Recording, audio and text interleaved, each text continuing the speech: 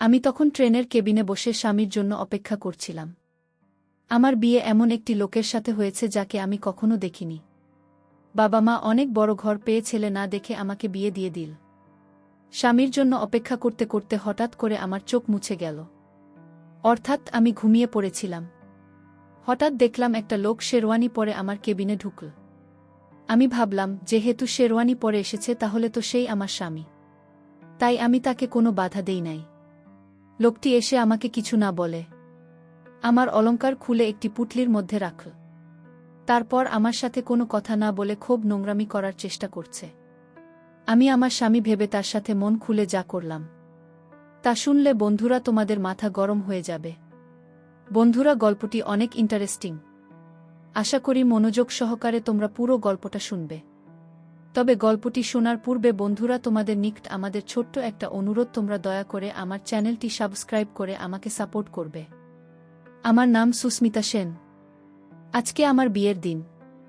তাই আমাদের বাড়িতে বিয়ের সমস্ত জোগাড় যন্ত্র ধুমধামে হচ্ছিল। আমার বাবা আমাকে এইচএসসি পড়ানোর পরেই আমার বিয়ে পাকা করে দেন। আমাদের গ্রামে এরকমই হতো। এখানে মেয়েদের খুবই কম পড়াশোনা করানো হতো। এই গ্রামের মেয়েরা কোনোরকম ভাবে 18 বছর হলেই তাদেরকে বিয়ে দিয়ে এখান থেকে বিদায় করে দেওয়া হতো। আমার বাবা তবু আমাকে ইন্টারমিডিয়েট পর্যন্ত পড়েছিল। তা না হলে আমাদের গ্রামের বেশিরভাগ মেয়ে ক্লাস 10 অবধি পড়াশোনা করতে পেরেছিল। আমরা গরিব পরিবারে ছিলাম, কিন্তু আমার বিয়ে আমাদের থেকেও ধনী পরিবারে হচ্ছিল। আমরা 2 ভাই বোন। ভাই আমার থেকে ছোট। আমি নিজের বিয়ে নিয়ে অনেক স্বপ্ন মনের মধ্যে সাজিয়ে রেখেছিলাম। কেননা বিয়ের আগে আমি নিজের মনের মতো কোনো জিনিসই কিনতে পারিনি। কারণ আমার বাবা মা গরিব। আমি কোনো জিনিসের বায়না করলে আমার মা আমাকে এটাই বলতো যে আমি যেন আমার হৃদয়ের সমস্ত স্বপ্ন আমার স্বামীর সাথে পূরণ করি। আমি আশা করেছিলাম যে আমার স্বামী আমার সমস্ত স্বপ্নের মান রাখবে আর আমাকে ভালো করে বুঝবে। কিন্তু কিছু কিছু জিনিস এমন ছিল যাতে আমি খুব দুঃখ পাচ্ছিলাম। আমার শ্বশুর বাড়ির লোকেরা আমার বাবার বাড়ি থেকে বিয়ের যৌতুক হিসেবে যা যা জিনিস দেওয়া হয়েছিল তাতে তারা বিভিন্ন রকমের খুঁত খুঁজে বের করতে শুরু করেছিল। আর আমার বাবার কাছে আরও জিনিসের দাবি করেছিল। আমি এই কারণেই অনেকবার আমার বাবাকে বলেছিলাম যে বাবা, এরকম বাড়িতে সম্বন্ধ করা উচিত না। কিন্তু আমার বাবা সব সময় বলতো যে ওরা বলল মানুষ, এই কারণে ওদের সামনে তো আমাদের কিছুটা নিচু হতেই হবে আর তাদের ডিমান্ড কেউ পূরণ করতে হবে। আর এটাই আমাদের সবার জন্য ভালো হবে। কেননা আমি তোকে সচ্ছল পরিবারে বিয়ে দিতে চাই। একবার তোর বিয়ে হয়ে গেলে তারপরে আর কোনো অসুবিধাই হবে না। আর তবেই তো তুই বাড়িতে সুখে থাকবি। আমার নিজের বাবার কথা মাঝে মাঝে ঠিক মনে হতো। কখনো কখনো আমি নিজেই বুঝতে পারতাম না যে না জানি আমার ভবিষ্যৎ কি হবে। যখন থেকে আমার বিয়ে ঠিক হয়েছে তখন থেকে এখনো অবধি আমি আমার হবু স্বামীকে দেখিনি। কেননা আমাদের এখানে নিয়ম ছিল যে বিয়ের আগে ছেলে মেয়ে একে অপরকে দেখবে না, শুধুমাত্র পরিবারের লোকেরাই দেখবে আর তাদের পছন্দমতো বিয়ে ঠিক করে দেওয়া হবে। আমি তো ছোটবেলা থেকেই দেখতে খুব সুন্দরী। এই কারণেই আমার হবু স্বামীর বাড়ির লোকেরা যখন আমাকে প্রথমবার দেখল তখন তারা সঙ্গে সঙ্গে আমাকে পছন্দ করে নেয়। তারা আমাদের গ্রাম থেকে অনেক দূরে দিল্লিতে থাকত। এই কারণেই খুব বেশি বরযাত্রী আমার বিয়েতে আসবেন না। কিন্তু যত কম লোক আসুক না কেন, বিয়েতে অনেক রকমের ঝামেলা থাকে। এই কারণেই আমার বাবা আমার বিয়ের সমস্ত ব্যবস্থাপনা নিয়ে খুব টেনশনে ছিলেন আর চিন্তা করতে লাগলেন কিভাবে বিয়ের সমস্ত কিছু ঠিকঠাকভাবে করা যায়। যাই হোক, আমার বিয়ে নির্ঝঞ্ঝাটে হয়ে গেল। এরপরে বিয়ের সমস্ত নিয়মকানুন শেষ হলে আমি বাবার বাড়ি থেকে বিদায় নিয়ে সন্ধেবেলা রেলওয়ে স্টেশনে এসে গেলাম। আমার হৃদয়ে বারবার আমার স্বামীর মুখ দেখার জন্য অস্থির হয়ে উঠেছিল। কিন্তু মুখ তো দূরের কথা, আমি আমার স্বামীকে একনজরে দেখতে পেলাম না। কেননা আমার শ্বশুর বাড়ির লোকেরা একটা লম্বা ঘুমটা আমার মুখের উপরে টেনে দিয়ে রেখেছিল। তার উপরে আমার শ্বশুর বাড়ির মহিলারা ছিল, আমার শাশুড়ি, ননদ, আরও অনেক আত্মীয় স্বজন ছিল। তারা সবাই আমাকে একেবারে ঘিরে রেখেছিল, যার কারণে আমি আমার স্বামীকে না কিছু বলতে পারছিলাম না তো তাকে এক ঝলক দেখতে পাচ্ছিলাম। তারপর আমি নিজের মনকে বোঝালাম যে আর তো মাত্র কিছু সময়ের ব্যাপার। কিছুক্ষণ পরে ট্রেন স্টেশনে এলে আমরা সবাই মিলে ট্রেনে উঠে বসব। তখন আমার স্বামী আমার পাশে এসে যাবে। এই কারণে আমাকে আর মাত্র কয়েক ঘন্টা অপেক্ষা করতে হবে। এটুকু অপেক্ষা তো আমি করতেই পারি। আমি জানি আমার স্বামী আমাকে দেখার জন্য অস্থির হয়ে আছে, যেরকম আমি অস্থির হয়ে আছি। আমি মনে মনে খুশি ছিলাম যে আমার স্বামী যখন আমাকে প্রথমবার দেখবে তখন আমার সৌন্দর্য দেখে হতভম্ব হয়ে যাবে, আর না জানি সে আমার কত প্রশংসা করবে। আমি এই সমস্ত কথাই ভেবে ভেবে বারবার পুলকিত হচ্ছিলাম, আর মনে মনে খুব খুশি হচ্ছিলাম। কিছু সময় পরে আমাদের ট্রেন স্টেশনে এসে গেল, আর আমরা সবাই নিজেদের বুক করা ক্যাবে উঠে বসে গেলাম। এখনও আমার শাশুড়ি আর আমার নন্দ আমার সঙ্গে আঠার মতো লেগে রইল। আমার শাশুড়ি আমার কাছে এসে বসল আর বলতে লাগল, বৌমা, নিজের ঘোমটা সরিয়ে আমাকেও তো একটু নিজের মুখটা দেখাও। আমিও তো আমার হৃদয় ভরে আমার ছেলে সুমিতের নববধূকে দেখি। তার কথা শুনে আমি দীর্ঘশ্বাস ছেড়ে মাথা থেকে তাড়াতাড়ি করে নিজের ঘণ্টা মুখ থেকে উঠিয়ে দিলাম। কিন্তু আমি আমার চোখ নিচু করে রেখেছিলাম। আমার মুখ দেখে আমার শাশুড়ি কিছুক্ষণ হাঁ করে তাকিয়ে রইলাম। তারপরে সে আর যে সমস্ত আত্মীয়রা ছিল তারা বলতে লাগল, সমিতির মতো একদমই চাঁদের মতো হয়েছে, আমাদের সমিতির ভাগ্য খুলে গেছে। তার উত্তরে তাড়াতাড়ি করে আমার শাশুড়ি বললেন, কপাল তো এই মেয়ের খুলে গেছে যে আমার 7 রাজার ধন আমার ছেলে সুমিতকে নিজের জীবনসঙ্গী হিসেবে পেয়েছে। না হলে তো কত ভালো ভাল মেয়ে আমার স্বামীর জন্য পাগল হয়েছিল।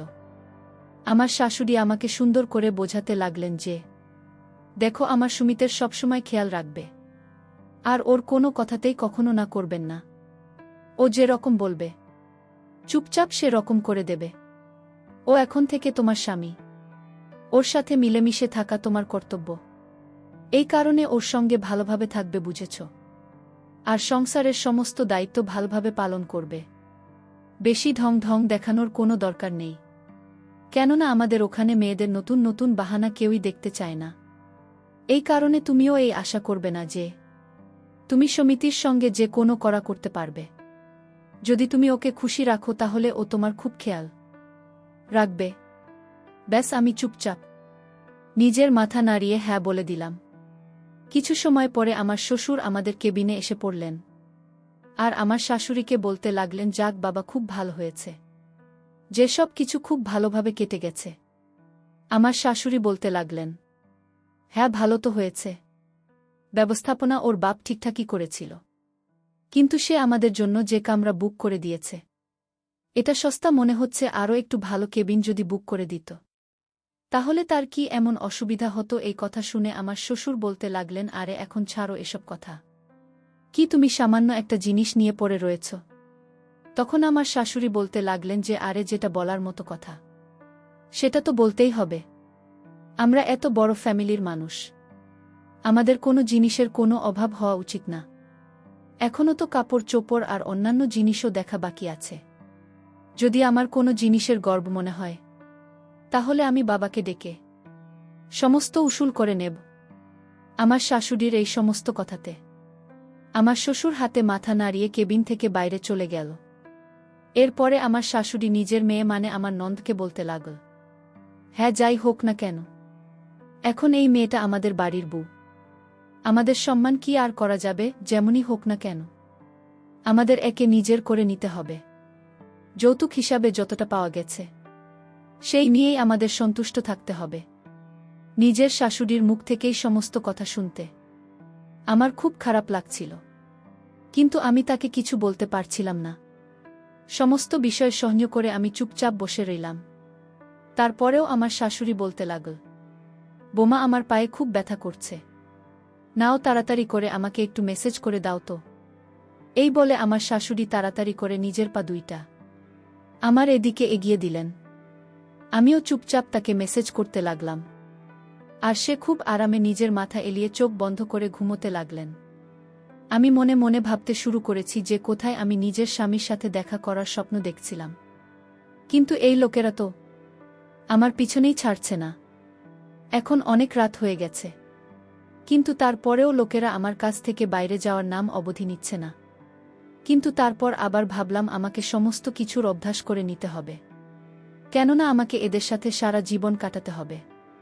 যাই হোক, কিছু সময় পরে আমার শাশুড়ি বলতে লাগলেন, চলো, অনেক সেবা করে ফেলেছ, এখন আমাকে ছেড়ে দিয়ে আমার ছেলের সেবা করো গিয়ে। এরপরে আমার শাশুড়ি আমাকে বলতে লাগলেন যে, দেখো, নিজের এই সমস্ত গয়নার খেয়াল রেখো, একটা গয়নাও এদিক ওদিক হওয়া চাই না। এটুকু বলেই তিনি কেবিন থেকে বাইরে বেরিয়ে গেলেন। তিনি চলে যাওয়াতে আমি শান্তির নিঃশ্বাস নিলাম।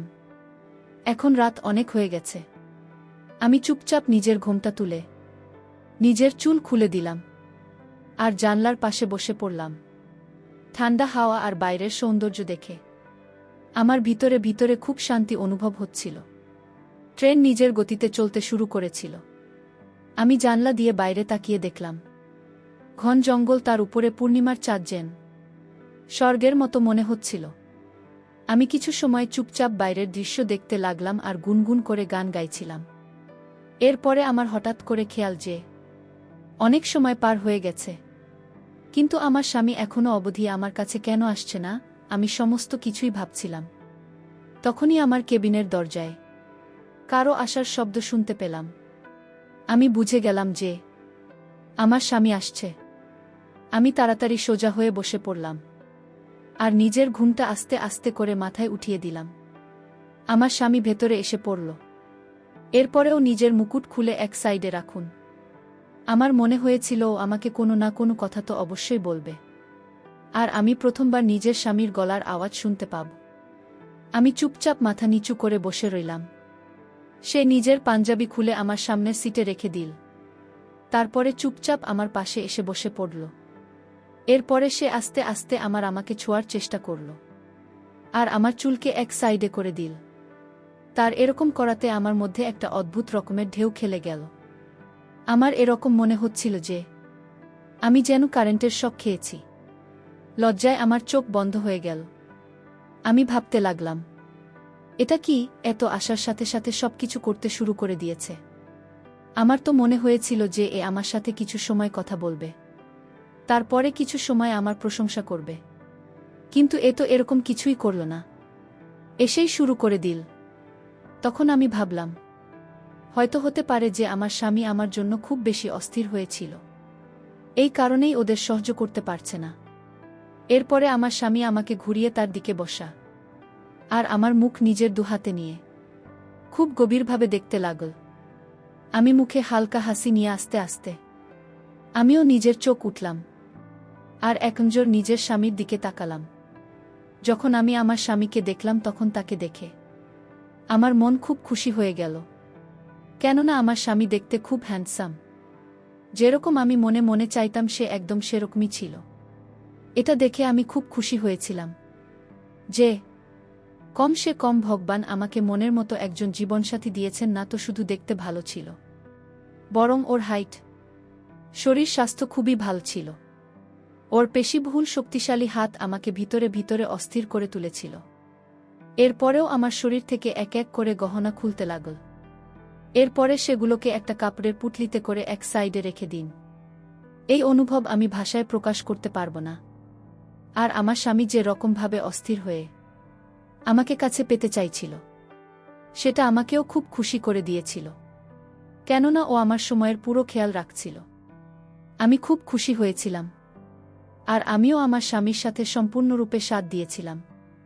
এদিকে ট্রেন খুব স্পিডে ছুটছিল আর ওদিকে আমরা আমাদের কাজে জমেছিলাম। এরপরে না জানি কখন, এতক্ষণ পরিশ্রম করার ফলে কখন যে আমার চোখ লেগে গেল সেটা আমি বুঝতে পারিনি। সকালের দিকে আমার কামরার বাইরে হালকা হালকা কথা বলার আওয়াজ শুনতে পাচ্ছিলাম, যেটা শুনে আমি তাড়াতাড়ি করে উঠে বসে পড়লাম। এরপর আমি লক্ষ্য করে দেখলাম যে আমার স্বামী কেবিনের মধ্যে নেই। আমি বুঝে গেলাম যে ও হয়তো ফ্রেশ হওয়ার জন্য বাথরুমে চলে গেছে। আমি তাড়াতাড়ি করে নিজের কাপড় বদলালাম আর নিজেকে ঘোমটায় ঢেকে নিয়ে যখন বসলাম, তখনই আমার শাশুড়ি নন্দ আর আমার শ্বশুর হন্তদন্ত হয়ে আমার ক্যাবিনের মধ্যে ঢুকে পড়ল। প্রথমে তো আমি কিছুই বুঝতে পারছিলাম না যে কি হয়েছে, তাই আমি তাড়াতাড়ি করে তাদের কাছে জিজ্ঞেস করলাম যে কি হয়েছে। তখন আমার শাশুড়ি বলতে লাগলেন যে তোমার সমস্ত গহনা ঠিকঠাক আছে তো? হঠাৎ তার মুখে এই রকম কথা শুনে আমি হতবাক হয়ে গেলাম। কেননা এই সময় শুধুমাত্র একটা লোক ছাড়া আমার শরীরে আর কোনো গহনা ছিল না। কেননা আমার স্বামী রাতের বেলা আমার সমস্ত গহনা খুলে খুলে ফেলেছিল। আমার শাশুড়ি তাড়াতাড়ি করে আমাকে ভালোভাবে দেখতে শুরু করে দিল। এরপরে এটা দেখে হতবাক হয়ে গেল যে আমার শরীরে একটা গহনা নেই। এর আগে আমি তাকে কিছু বলতাম, তিনি চিৎকার করা শুরু করে দিলেন যে এখন তো আমরা সম্পূর্ণরূপে বরবাদ হয়ে গেছি। ওই চোর না শুধু আমাদেরকে লুটে নিয়েছে, বরং বৌমার সমস্ত গহনা নিয়ে গেছে। আমাদের তো কয়েক লাখ টাকা লোকসান হয়ে গেল। আমি তো না জানি বৌমার গহনা নিয়ে কত স্বপ্ন দেখেছিলাম। আমি ভেবেছিলাম এই গহনা পরে আমি আত্মীয় স্বজনের বাড়ি যাব আর সবাইকে গিয়ে দেখাবে আমার কাছেও এরকম দামি দামি গহনা আছে। কিন্তু এখন আমি কি করব না জানি। আমাদের তো কত লাখ টাকা লোকসান হয়ে গেল, সমস্ত টাকা পয়সা লুট হয়ে গেছে। আমার শাশুড়ি খুব বাজেভাবে কান্না করতে লাগলেন। এরপরে আমাকে বললেন, তোমার বুদ্ধিশুদ্ধি কি সব লোপ পেয়ে গেছে? তুমি কি করছিলে? তুমি টেরও পাওনি যে তোমার সমস্ত গহনা কখন খুলে নিয়ে গেছে? আমি তাদেরকে বলতে চাইতাম যে আমার সাথে সেরকম কিছুই হয়নি, কিন্তু আমার শাশুড়ি আমার কোনো কথা শোনার জন্য রেডি ছিলেন না। তিনি চিৎকার করতে করতে বলতে লাগলেন যে আমার তো মনে হয়েছিল যে বৌমা আমাদের পরিবারের জন্য ভালো হবে, কিন্তু এত অপয়া বেল এখনও তো আমাদের বাড়িতে পৌঁছায়নি, তাতে আমাদের কয়েক লাখ টাকা লোকসান হয়ে গেল। যদি আমি আগে জানতাম যে এরপর আমাদের জন্য অশুভ, তাহলে আমি কখনোই আমার সঙ্গীতের জন্য একে নিয়ে আসতাম না। এরপরে তিনি চিৎকার করে বললেন যে তোমাকে তো আমি ছাড়ব না। তোমার এই বোকামির জন্য না জানি আমার কত লোকসান হয়ে গেল। এখন তুমি দেখবে আমি সুমিতকে বলে কিভাবে তোমাকে অপমান করায়। তার এই কথা শুনে আমি ভিতরে ভিতরে কেঁপে উঠলাম। আমি মনে মনে ভাবতে লাগলাম যে আমার স্বামী হয়তো আমার শাশুড়ির কথা শুনে আমার সাথে খারাপ ব্যবহার করবে। এখনো তো আমার মন থেকে তার সাথে কাটানো মিষ্টি সময়টাকেও বের করতে পারেনি। এই সবই ভাবছিলাম। তখনই আমার শাশুড়ি বললেন যে এই ছেলেটা এত কেয়ারলেস যে কি বলবো। তখনই দুইটা লোক আমার ক্যাবিনের মধ্যে ঢুকল, যার মধ্যে একজন লোকের গায়ে তো শুধু একটা গেঞ্জি ছিল, আর দ্বিতীয় লোকটার গায়ে কোনো কাপড়ই ছিল না, আর সে ঠিকভাবে হাঁটতেও পারছিল না। তাকে দেখে মনে হচ্ছিল যে সে মদের নেশায় পুরোদমে চুর হয়ে আছে, কেননা সে ঠিকঠাকভাবে দাঁড়াতেও পারছিল না। তখনই আমার শাশুড়ি একটা লোককে বলতে লাগল, একে তোমরা কোথায় পেলে? তখন ওই লোকটা বলতে লাগল যে আরে এ তো বাথরুমের মধ্যে এরকম অবস্থায় পড়েছিল, ওই চরে কেউ ছাড়েনি, এর কাপড় খুলে নিয়েছে, আর এর দামি শেরওয়ানিও খুলে নিয়েছে। যেটা আমরা এর জন্য কিনেছিলাম সেই চোর সেই শেরওয়ানিটাও নিয়ে পালিয়ে গেছে। আমি এসব শুনেছি। আমি তখনই আমার শাশুড়ি ওই লোকটাকে বলতে লাগল যে দেখ সমিত, তো নতুন বউ কতটা বোকামতো কাজ করেছে। এর নিজের সমস্ত গহনা ওই চোরের হাতে তুলে দিয়েছে। যখন চোর গহনা চুরি করে নিয়ে যাচ্ছিল তখন তো এর চিৎকার চেঁচামেচি করা উচিত ছিল, কিন্তু এ তো না জানি কি ঘুমিয়েছিল যে ও কিছু টের পায়নি। আমার শাশুড়ির মুখ থেকে এই কথা শুনে আমি তো হতভম্ব হয়ে আস্তে আস্তে নিজের চোখে উঠিয়ে সেই লোকটাকে দেখলাম, যাকে আমার শাশুড়ি সমিত বলে ডাকছিল। লোকটার চেহারা দেখেই আমার তো মাথা ঘুরে গেল, কেননা যাকে তিনি সমিত আর আমার স্বামী বলছেন সে তো সেই লোক না যে আমার সাথে কালকে রাতে বাসর রাত কাটিয়েছে, আর যাকে আমি নিজের স্বামী ভেবে আমার সমস্ত কিছু গুছিয়ে দিয়েছি। এ তো একটা মোটাসোটা দেখতে লোক ছিল, যে কিনা নিশাতে মাতাল হয়ে আছে। একে দেখেই আমার সমস্ত স্বপ্ন ভেঙে চুরমার হয়ে গেল। সাথে সাথে আমি এটা ভেবে চিন্তায় পড়ে গেলাম যে যদি এদের মধ্যে কেউ একথা জানতে পেরে যায় যে ওই চোর আমার সাথে সেই সব কিছুই করেছে যেটা এদের ছেলের করার কথা ছিল, তাহলে না জানিয়েই লোকেরা আমার কি অবস্থা করত।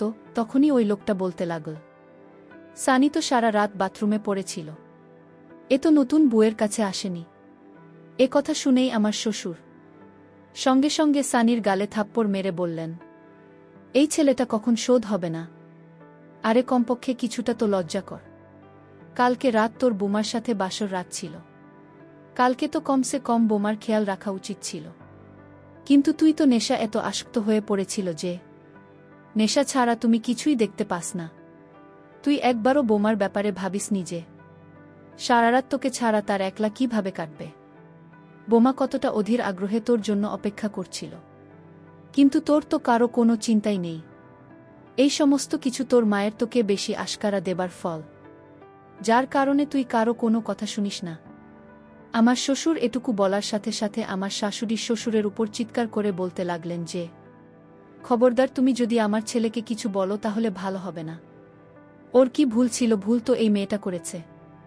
ও যদি সমস্ত জিনিসের খেয়াল রাখত তাহলে আজকে আমাদের লাখ টাকার লোকসান হতো না। আমি মনে মনে ভাবতে লাগলাম যে আসলে এই এক রাতে আমার সাথে কি থেকে কি হয়ে গেল। চোখ শুধুমাত্র আমার গয়নাও নিয়ে যায়নি, সঙ্গে আমার যত নিয়েছে। তার উপরে আমার কপালে এত খারাপ শ্বশুরবাড়ি আর এত জঘন্য স্বামী উঠেছে যে কি বলবো।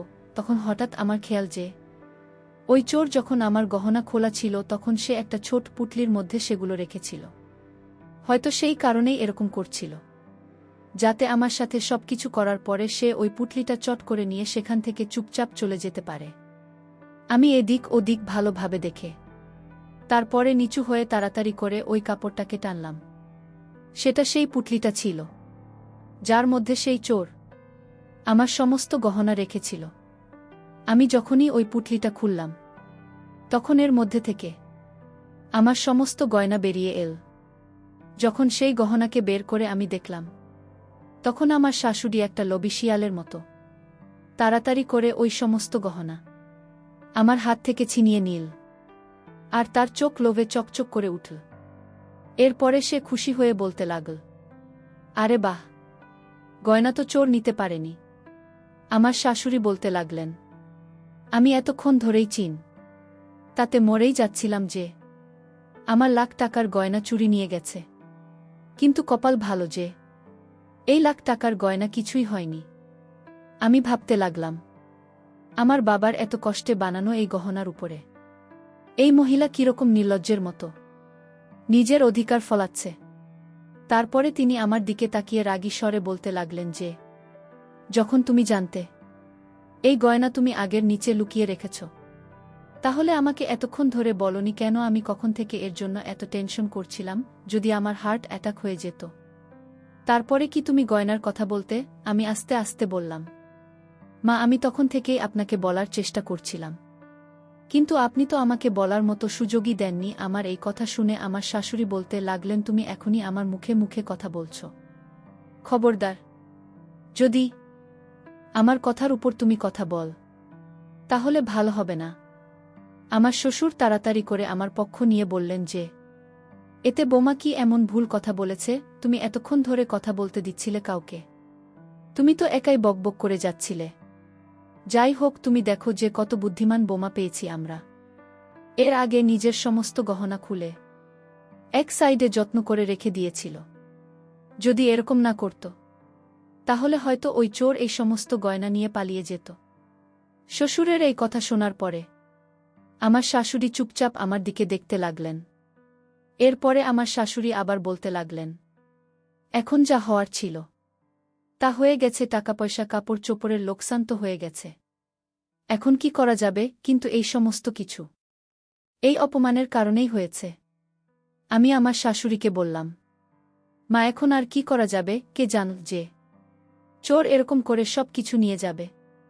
এখন আমি যেমনই হোক না কেন, আমি তো আপনার বাড়ির বউ, আপনাদের বাড়ির সম্মান। এখন আমি যেমনই হোক না কেন আমার নাম তো আপনাদের সাথে জড়িয়ে গেছে। তাই এখন আর কিছুই করার নেই। আমিও নিজের শাশুড়িকে সেই কথাটাই ফিরিয়ে দিলাম যেটা উনি আমার জন্য বলেছিলেন। প্রথমে তো আমি মনে মনে এই কথাটা নিয়ে খুবই লজ্জিত ছিলাম যে একটা চোর আমার সাথে সবকিছু করে গেছে। কিন্তু এখন আমি একদমই লজ্জিত নই, কারণ এখন আমি এটাই ভাবছি যে এরকম লোকেদের সাথে এটাই হওয়া উচিত ছিল। আমার বিয়ে একটা এমন লোকের সাথে দিয়ে দেওয়া হয়েছে যে নেশা ছাড়া আর কিছুই বোঝে না, কম সে কম আমি একবারই হোক না কেন, কিন্তু আসল পুরুষের সুখ পেয়েছিলাম। আর এই সুখ তাকে নিজের ভিতরে অনুভব করে আমি সারা জীবন কাটিয়ে দিতে পারব, সে যেই হোক না কেন। সত্যিকারের পুরুষ ছিল সে, আমাকে যে সুখ দিয়েছিল সেটা এই মোটা লোকটা, মানে আমার স্বামী, কখনোই দিতে পারত না। আমার মতো সুন্দরী মেয়েদের চোরের মতো লোক পাওয়া উচিত, কিন্তু আমার ফাটা কপাল, তাই আমি সুমিতের মতো স্বামী পেয়েছি।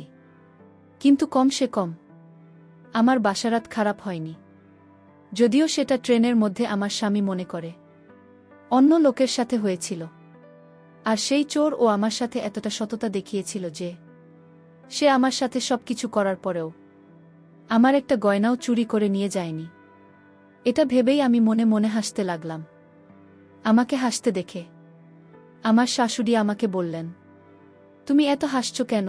তখন আমি ধীর গলায় বললাম যে আসলে আমি এটা ভেবে খুশি হচ্ছে যে আমাদের গহনা বেঁচে গেছে, আর এখন আপনি আত্মীয় স্বজনের কাছে গহনা পরে আরামসে যেতে পারবেন। আমার এই কথা শুনে আমার শাশুড়ি বললেন, হ্যাঁ, তুমি এই কথাটা ঠিকই বলেছ। এর কিছুক্ষণ পরে তারা সবাই আমার কেবিন থেকে বেরিয়ে গেলেন। আমার স্বামীও আমার শ্বশুরের সাথে কেবিন থেকে বেরিয়ে গেল। আমি আর একবার চুপচাপ জানলার কাছে বসে বাইরের দৃশ্য দেখতে লাগলাম আর মনে মনে গুনগুন করে গান গাইতে লাগলাম আর ভাবতে লাগলাম, একমতো নেশাখোর স্বামীর চাইতে এক চোর আমার কাছে অনেক ভালো। কারণ চোর তার নিজের হাতে সবকিছু খুলে বসে আমাকে মজা দিয়ে চলে গেল, কিন্তু তার লাখ টাকার জিনিসের প্রতি কোনো লোভ নাই। কি অসাধারণ ছোড়ে সে ছিল আমার জীবনের প্রথম বর্ষার রাতে। বন্ধুরা, ঘটনাটি এখন আমি অনেক মিস করি আর ভাবি কখন আসবে আমার জীবনে আর একটা সেরকম চোর, যে চোরের দেওয়া সুখ এখনও আমি ভুলতে পারিনি। বন্ধুরা, আজকে এই পর্যন্তই। আবারও আসব তোমাদের মধ্যে নতুন কোনো ভিডিও নিয়ে। ভিডিওটি যদি তোমাদের ভালো লাগে তাহলে একটি লাইক দাও। প্রতিদিন আমি তোমাদেরকে একটা করে নতুন গল্প উপহার দিব, তাই তোমাদেরকে অনুরোধ করে বলছি, তোমরা যদি এরকম ধরনের ইন্টারেস্টিং গল্প পেতে চাও তাহলে দয়া করে আমার চ্যানেলটি সাবস্ক্রাইব করো। পরিশেষে তোমাদের সকলের সুস্বাস্থ্য কামনা করি। ভিডিওটি দেখার জন্য তোমাদের সকলকে অসংখ্য ধন্যবাদ।